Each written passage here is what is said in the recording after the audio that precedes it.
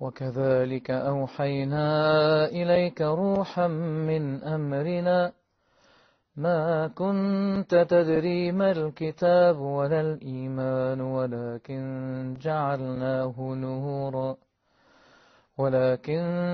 جعلناه نورا نهدي به من نشاء من عبادنا وإنك لتهدي إلى صراط مستقيم صراط الله الذي له ما في السماوات وما في الأرض ألا إلى الله تصير الأمور.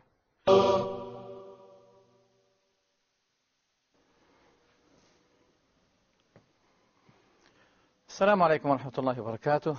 Dear viewers, welcome to another episode of our program, The Scattered Pearls. We'd like to ask this question: who is the believer? We know that belief is not a matter of claim. If the matter of faith and belief is left to claims, all people claim to be believers.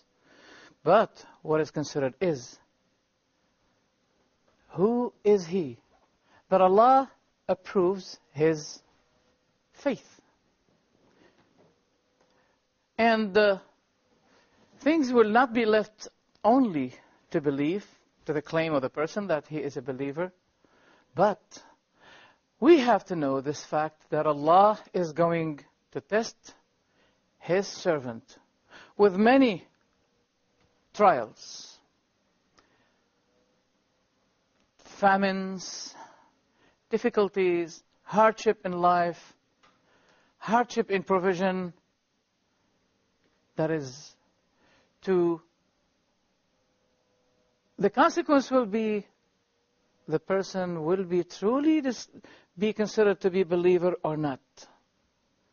That means after these trials and tests that Allah the Almighty tests his servant with, it is left to Allah to determine, to decide, was this person truly a believer or not? And among the things that Allah tests his servant with is the do's and the don'ts. What is prohibited, what is lawful, what is unlawful, those are also a matter of test for those who say, we believe.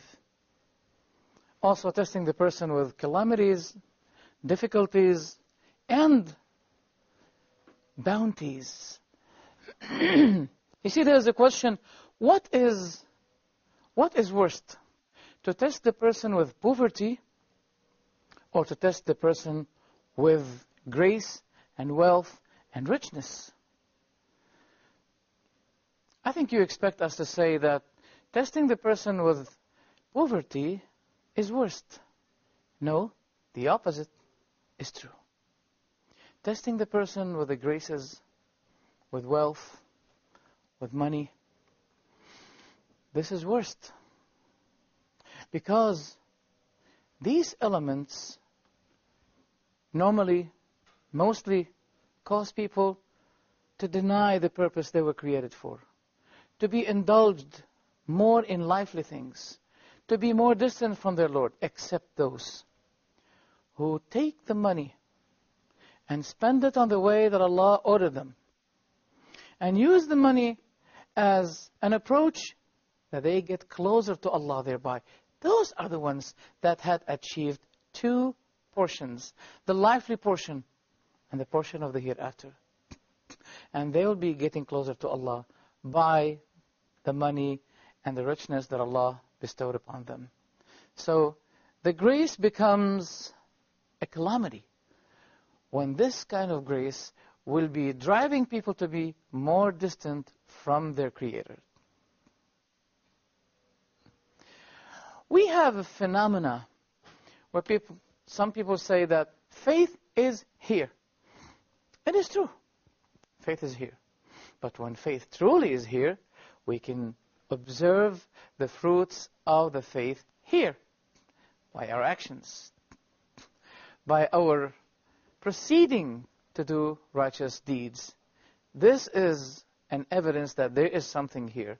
But when we see a person having no practice, no prayer, disobeying Allah, being slow, or slowing himself from obeying Allah, rushing himself in disobeying Allah, that does not really tell that there is a faith.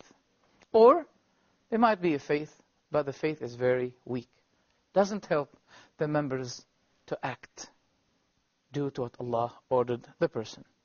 We would like in this episode and the other episodes, because I don't think that this subject will be enough for 1 or 2 or maybe 3 episodes. We'd like to explore with you the attributes and the attitude of the believer in the Quranic perspective. What did Allah say about the believers? Who are they? And what are their attributes?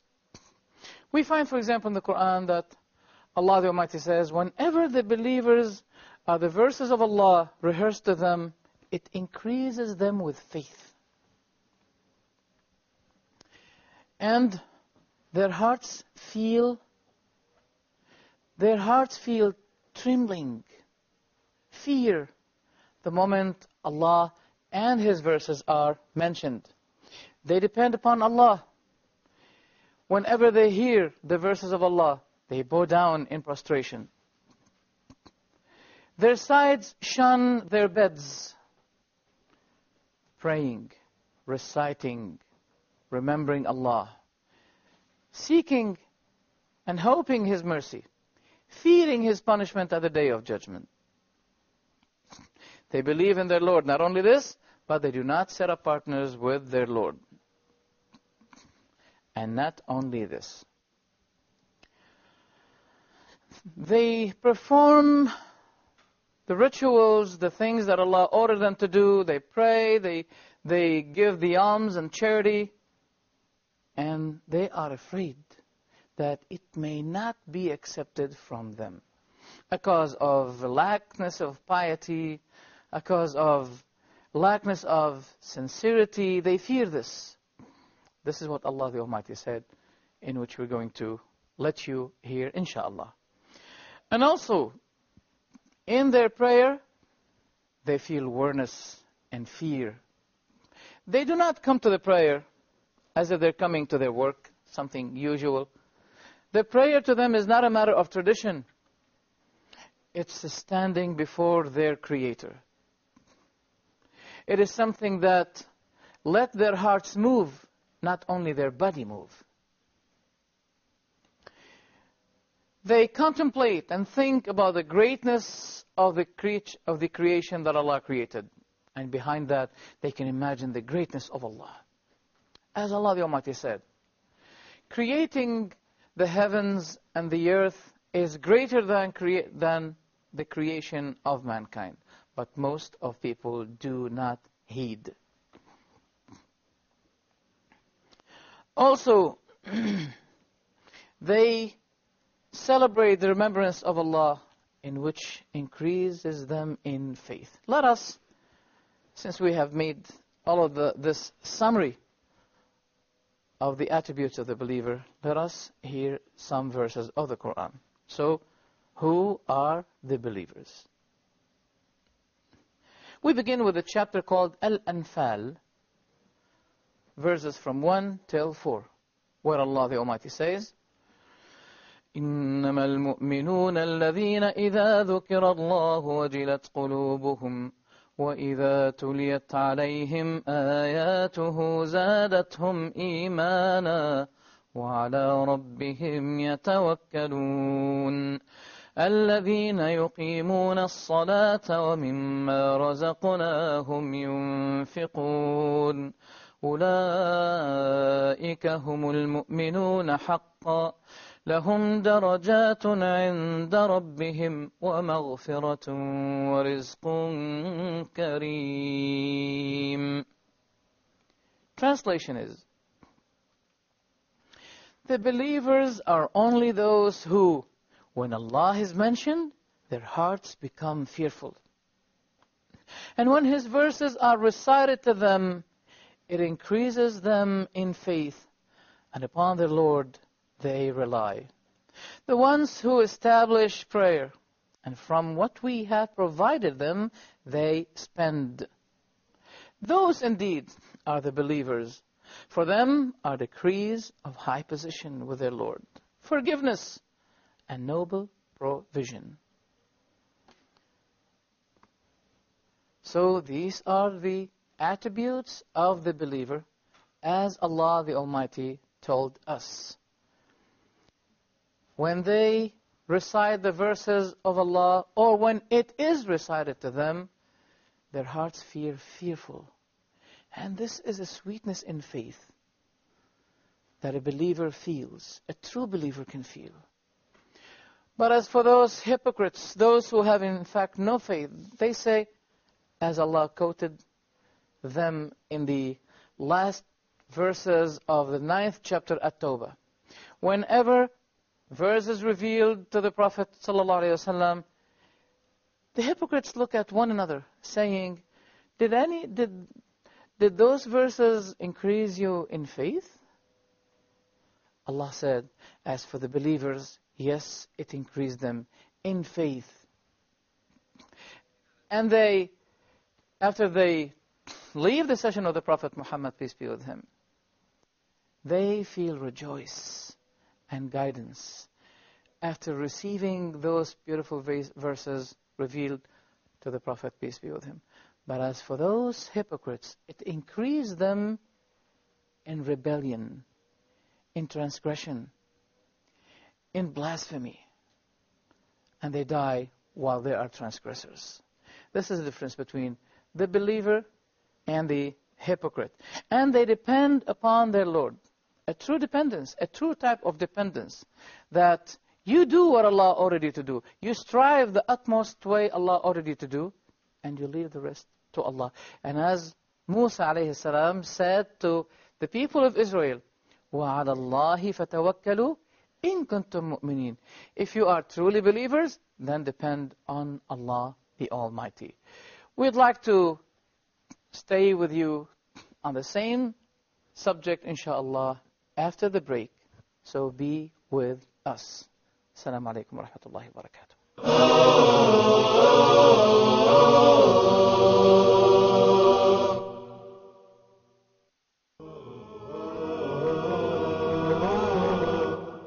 The companions of the Prophet ﷺ, all of them trustworthy. We don't look into their or their adala, if they are trustworthy or not. They are all trustworthy.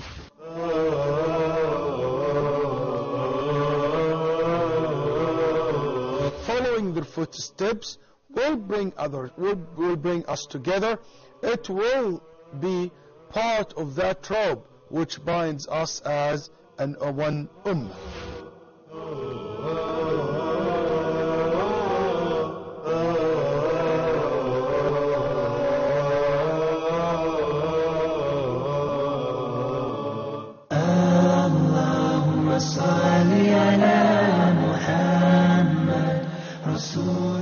The religion of Islam is the fastest growing religion in the world, and the majority of that growth is taking place right here in the United States of America. According to most reliable estimates, there are more than 7 million Muslims living in the United States of America. Muslims have become valuable and vital assets to the American society. So please join me as I travel around America and introduce you to a few of the many Muslims in America. رسول لا إله إلا الله محمد رسول الله. There is no God but Allah. Muhammad is His messenger. لا إله إلا الله محمد رسول الله. There is no God but Allah. Muhammad is His messenger.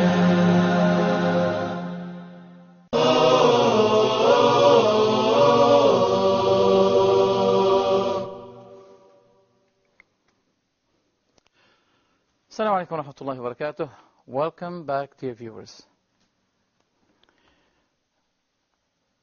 We love Allah the Almighty. All people say we love Allah. But the believers, they love Allah more than anything else. As Allah the Almighty says,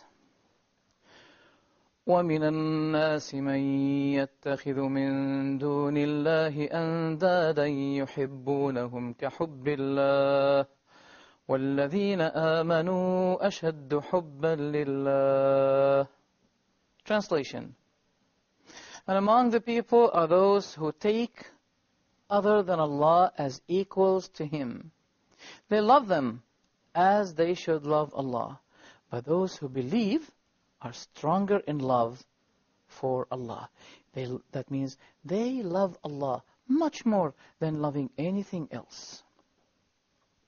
They precede what Allah loves more than preceding what their souls love. They do not deny the demands of their own souls, but they precede what Allah loves over what their desires love. There is a beautiful expression for Ibn al-Qayyim in his book Al-Fawaid, the benefits, about this.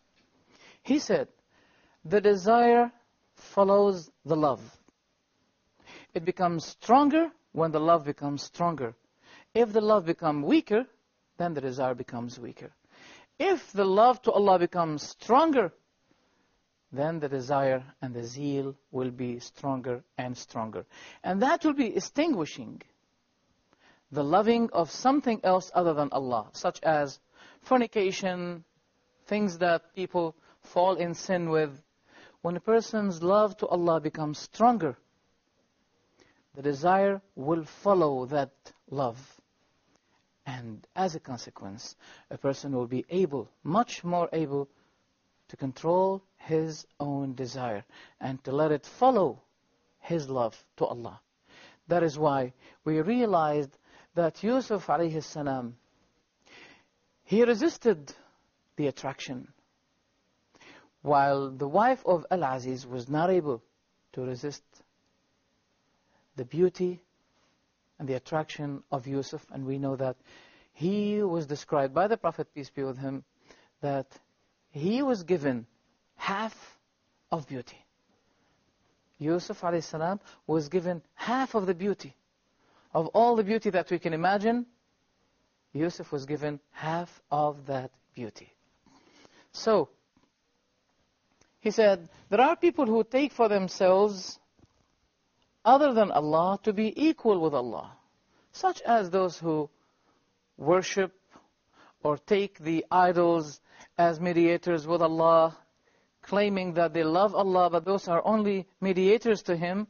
And as a matter of fact, we can see them making them equal with Allah the Almighty. Anything that causes your heart to clinch to, apart from Allah, will become equal with Allah. Even those who say we do not worship idols, but we know them that the currency, the money, is the most important thing to them. That's why their concerns with the money is more than anything else. So their purpose become materialistic. Therefore, we can describe those people that they are taking the money is something to be equal with Allah the Almighty. Because we have to verify and confess the fact that Allah the Almighty created us for a purpose. And we should not neglect that purpose. He created us for worship. You may ask me, you mean that we worship Allah in the mosque and that's all we do? I say no. Taking care of your family is a matter of worship. A charity is a matter of worship.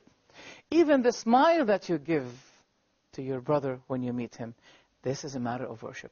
It's a charity that Allah accepts it as a matter of worship. So worship is not only confined to the issues of worship in the mosque or etc. No, you're dealing with people is a matter of worship. So the truly believers are those whom their love to Allah is much greater than the love of anything else, neither their wealth nor their children. Because this is the thing that will be remaining for them and they'll be rewarded for.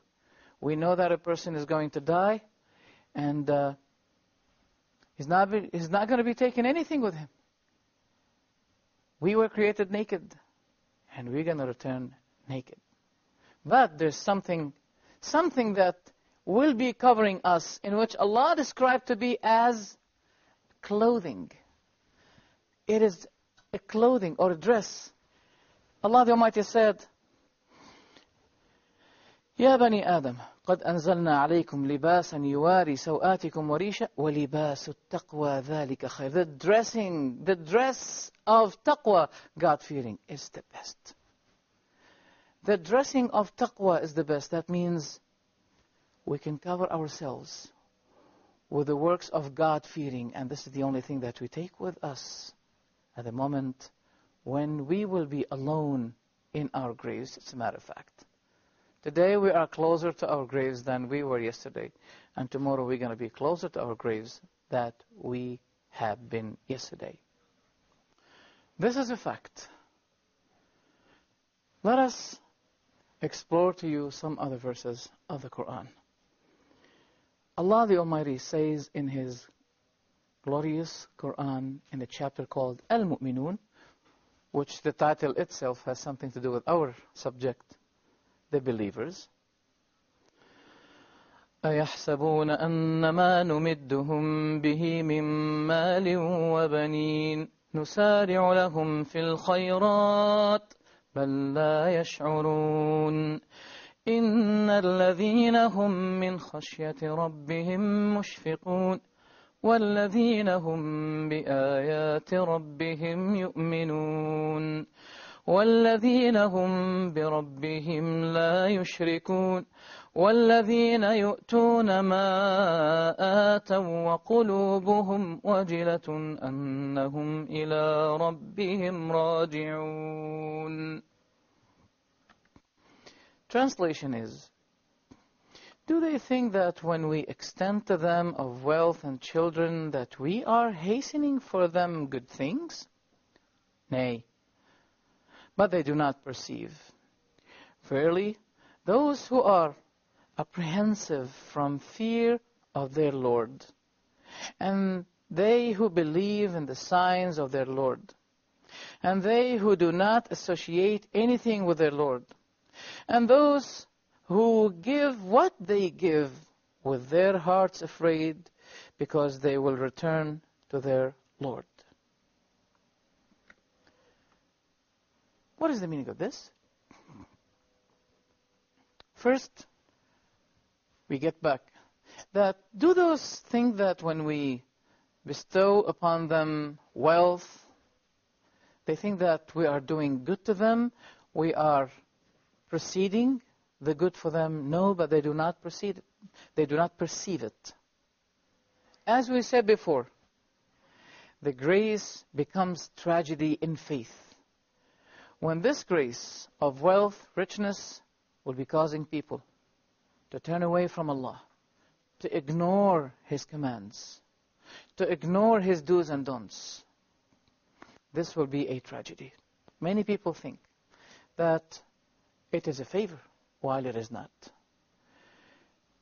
The poor person, he has to be patient, and he'll be rewarded for his patience when he encounters difficulty in his provision.